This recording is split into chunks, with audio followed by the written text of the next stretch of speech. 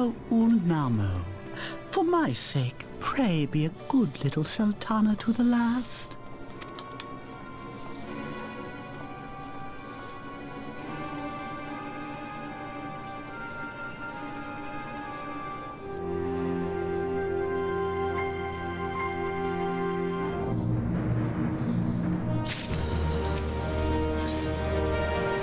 Let us cling together. Alfino would ask another favour of you. Of course he would. Captain Ilbert and I have a few questions for the Flame Marshal regarding the circumstances of her miraculous escape. When we have completed our interrogation, we shall take our findings directly to General Raban, and that shall be the end of it. Your work here is done, my friend. My thanks. But I have one last task of you.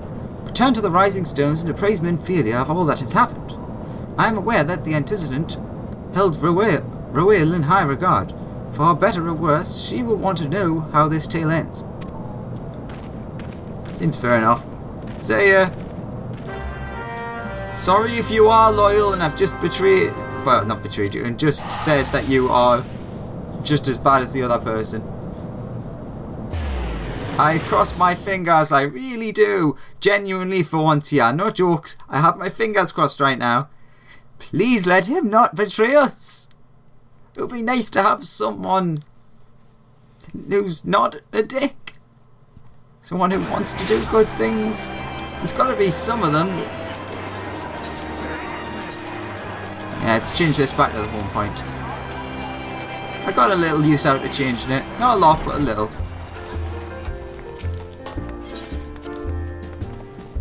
Oh, I bet Menphelia can't wait to hear the good news. That explains her response before, though, in regards to when mentioning the person had been apprehended.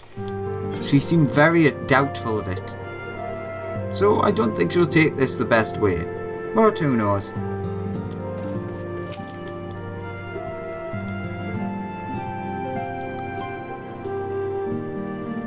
Welcome back, my friend. I have already received word from Alfino. To think that Flame Marshal Huayu was the Garlean agent. I know not what to say. What? Ryu? Where's the you in that? Whatever, she's dead now. Well, she's probably going to Gaul or something. Together with Robon, Helene lent us much needed aid at the time of our order's founding. She was particularly passionate about the need to tackle the primal threat. Who isn't? When we discussed the subject, her eyes fairly shone with determination. Whatever else she may have been, I choose to believe that it was her true self with whom I spoke then. But now is not the time to dwell on such matters. I have an important announcement to make regarding our effort to defeat the Asians.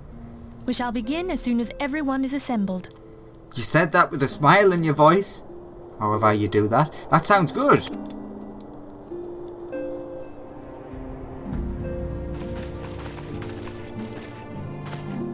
My thanks for coming, friends. Moonbreeder, the floor is yours. By now, I'm sure you're all familiar with white aurosite, the miraculous material that'll allow us to capture Asian souls.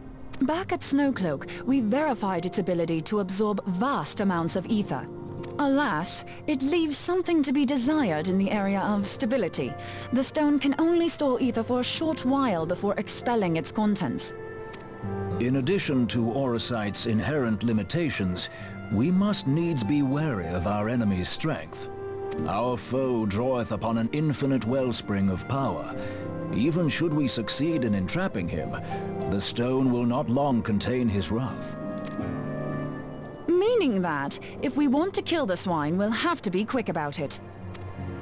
'Tis our belief that an Asian soul may be permanently undone, if smitten by a sufficiently concentrated burst of pure ether.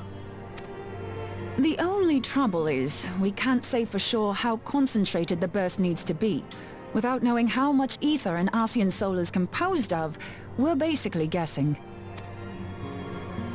Our sole clue lieth in thy struggle with La Hebrea.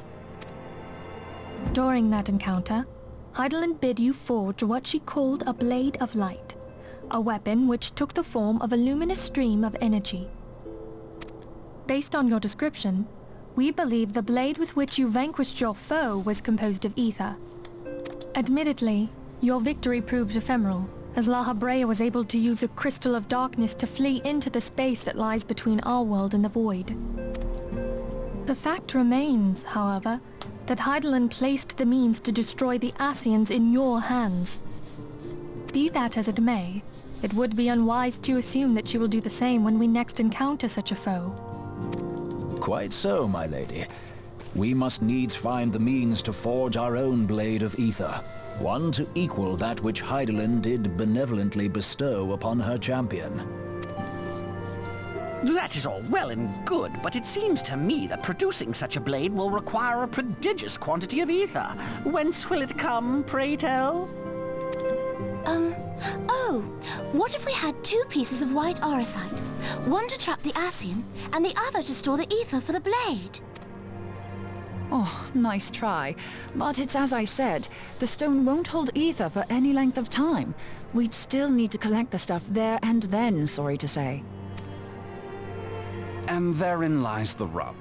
Finding a way to create the blade whenever and wherever we choose. 'Twould seem more research is in order. I'm going to linger a while, perform a few more tests on the orosite. And I could do with some help. Eorzea, why don't you lend me a hand? Mine apologies, but I am required at the Waking Sands. Lady Minfilia hath given me sole charge of the premises. 'Twould be unseemly to leave them unattended. Sole charge, you say? So you're basically alone there, then? Well, that settles it. I'll just have to come to you.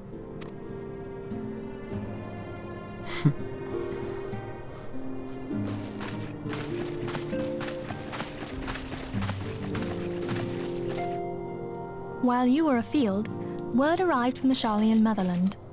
You will recall that a survey party was dispatched to investigate the incident at the Isle of Val. What they discovered was troubling, to say the least. According to the report, the isle has been erased from existence. 'Twas as if a hole had been torn in the very fabric of reality. Aye, yet the mystery endeth not with the isle's disappearance. It hath come to light that a number of scholars in various other locales were reported missing at a similar juncture. What's more, they all had something in common with the head of the students of Baldessian. Every last one of them was researching a phenomenon called dimensional compression, or the rejoining as the ancient texts call it. I'll be damned if that's a coincidence. Oh shit! That's a bad one. All indications suggest Ascian involvement, but I sense that a force greater still is at work. The entity the Dark Beings call the One True God. We must pray that my dear friend Kryl regains consciousness soon. If she bore witness to the Isle of Val's final moments, she may be able to shed some light on this mystery.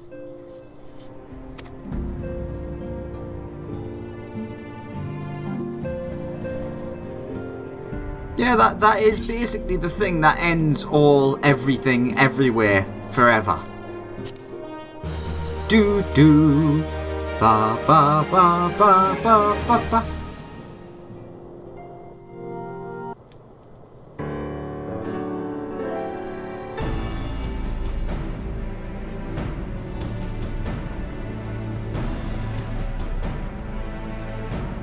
Following the calamity, the forces of the 14th Imperial Legion entrenched themselves in strategic locations across Eorzea. So swiftly did they accomplish this, it was suspected that they had received help. To think that it came from Huayu, my right hand. Seriously, Huayu? Huayu? None of those letters are there. There is more. We have reason to believe that Huayu didn't deal exclusively with the 14th. She also answered to a higher authority in Garlemald. But this higher authority could not have been the Emperor. By consenting to the media project, Solus Zos Galvus showed himself to be more concerned about preventing the spread of primal influence than claiming Eorzea for the Empire. he would happily have seen the lot reduced to ash. We believe a number of high-ranking figures within the royal household were against the decision, but that they knew better than to oppose the Emperor openly. Of course, this didn't prevent them from making clandestine provisions, in which Huayu played a part. Alas, these provisions did not prevent Dalamud from falling, and the ensuing chaos changed the face of the realm forever. Yet Eorzea survived. To all intents and purposes, the Meteor Project had failed, and the Empire was left to rue its lack of a decisive means to eliminate the Primals. Until, that is, it stumbled upon the Ultima weapon. Even before the accursed thing was dug up, it seemed to me the 14th had the might to overwhelm our weakened armies. Yet they chose to hide behind their walls. Why? The Black Wolf was wary of making the denizens of Eorzea desperate, lest more primals emerge to bleed the land. The discovery of the Ultima weapon, however, emboldened him to resume his war of conquest in earnest. But there was one in Garlemald who believed that Van Belsar's actions were premature. One who stood higher in the Imperial Army's chain of command. He ordered the Legatus to halt his advance, only to find that the Black Wolf had slipped its leash, and that the 14th now acted alone. In a bid to bring Van Belsar to heel, he used the agent he had planted in Ul'dah prior to the Calamity to undermine the Legion's efforts. A man who outranks Van Belsar, yet opposed the late Emperor's decision to annihilate Eorzea. This could only be the former High Legatus of the Garlean army, now known as Emperor Varus Zos Galvus. So he was Huayu's true master. But one of several in actual fact. We've learned that even as Huayu served the Empire's interests, she sold Imperial secrets to a certain faction in Eorzea. In so doing, she helped to maintain the status quo, thus prolonging the conflict. Considering who stands to profit from war, it isn't hard to imagine who her other masters were. 7 hells! You mean to say that she was a double agent? Triple, if you consider her services to Van Belsar and the new Emperor as separate. As neatly as these pieces seem to fit, one aspect of the puzzle remains unclear to me. By whose will was the Marshal feeding intelligence to the heretics? And try as I might, I fail to see how aiding their cause would profit either her Imperial or Monetarist masters. Could it be that another hand is at work here? If so, Huayu must be made to reveal whose it is.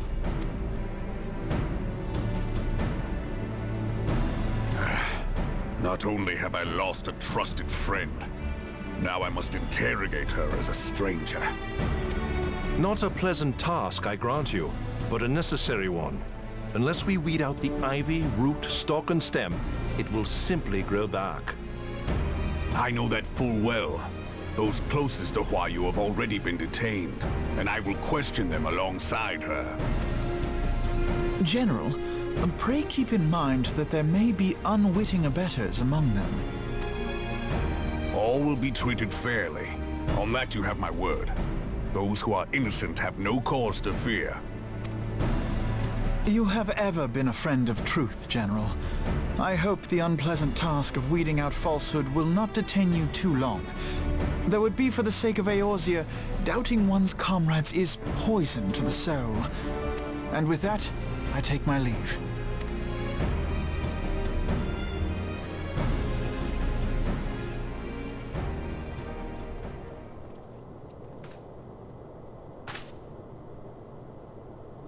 All these years, I've been made to dance to their tune.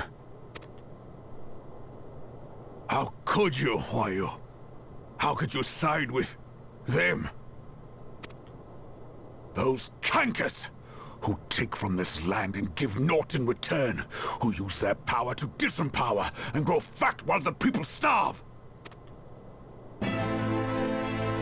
I know you can hear me, Monetarist scum! Your crimes will not go unpunished! day I will purge this land of your sickness before the eyes of the 12. I swear it!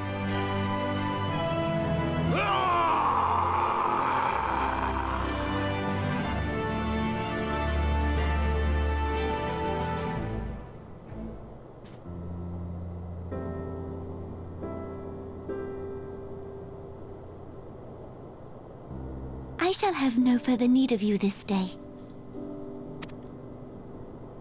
Your Grace.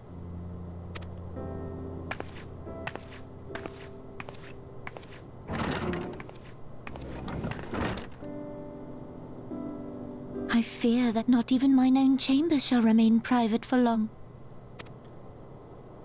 Has the situation grown so grim? Ever since he proposed the Cartano Reclamation Bill, Teleji Adeleji has risen to greater prominence upon the backs of impoverished refugees. The monetarists were ever united in their pursuit of profit, but the man's actions have torn a rift in their ranks. They snap at each other as rabid dogs. Yet now is not the time to be bickering among ourselves. If this bickering is a threat to law and order, might you not have grounds to dissolve the Syndicate? Would that the solution were so simple, Admiral.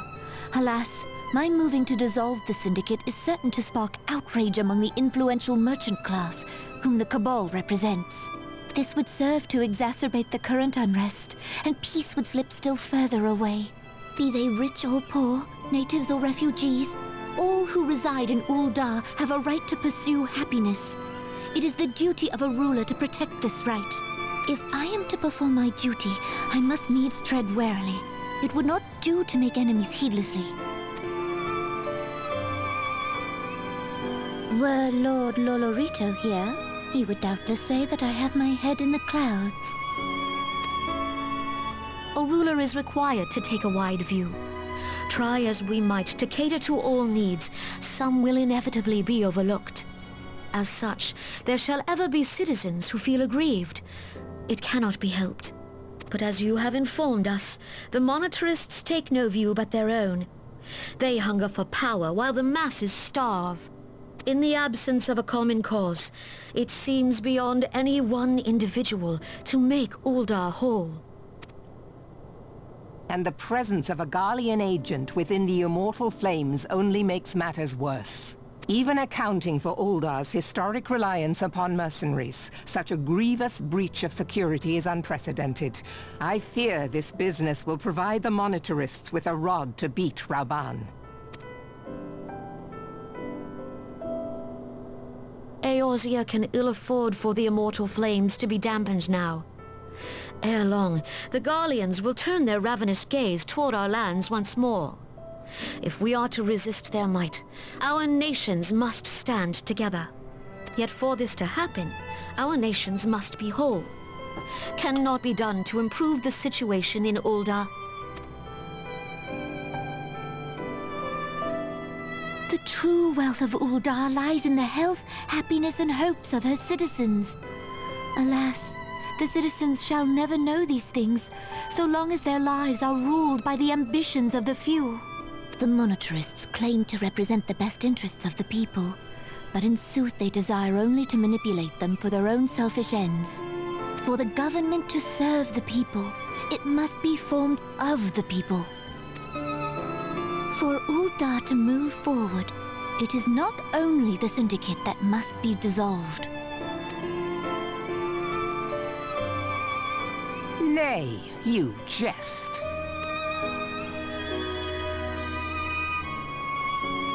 My friends, it was for no other reason than to make known to you mine intent that I requested your presence here.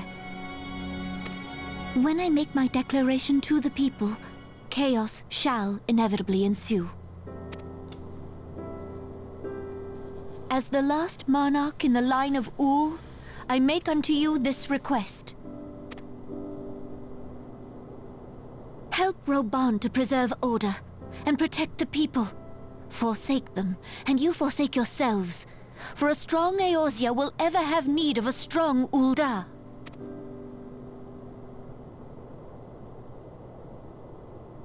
Your Grace, are you certain of this? There is no other way. When the time is ripe, the nation shall become a true republic. Both royalists and monetarists shall cease to be. Uldar will no longer belong to kings or queens or merchant princes, but to her people.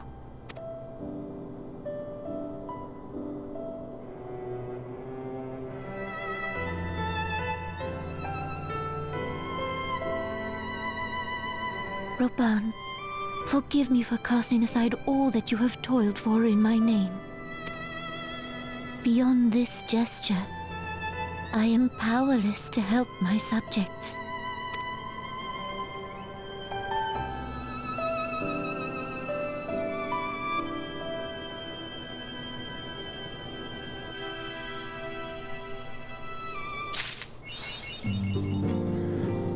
Whew, sweet Jesus. Well, that was Dreams of Ice completed. Oh boy, every single one of the ending parts for these is... Oh god, the next one's the last one. How bad's that going to be? But what she's doing is incredibly commendable. It's very rare for royalty to give up its own standings, its own position, the ease of life, the way things are, you know what I mean, and give it back to the people, which shows a true ruler of the people for the people. What's the next one? Good intentions. That sounds better than traitor. What was it? Traitor in the midst. Point. Look at the camera. Close enough. So, yeah. Thank you for watching Dreams of Ice. Yeah, I guess I'll catch you next time for, what is it, Before the Fall, I believe it is. Give me a second, I'll check my notes. I believe it is Before the Fall. So yeah, see you next time. Thanks for watching. And see you again, Bopple. Bye bye.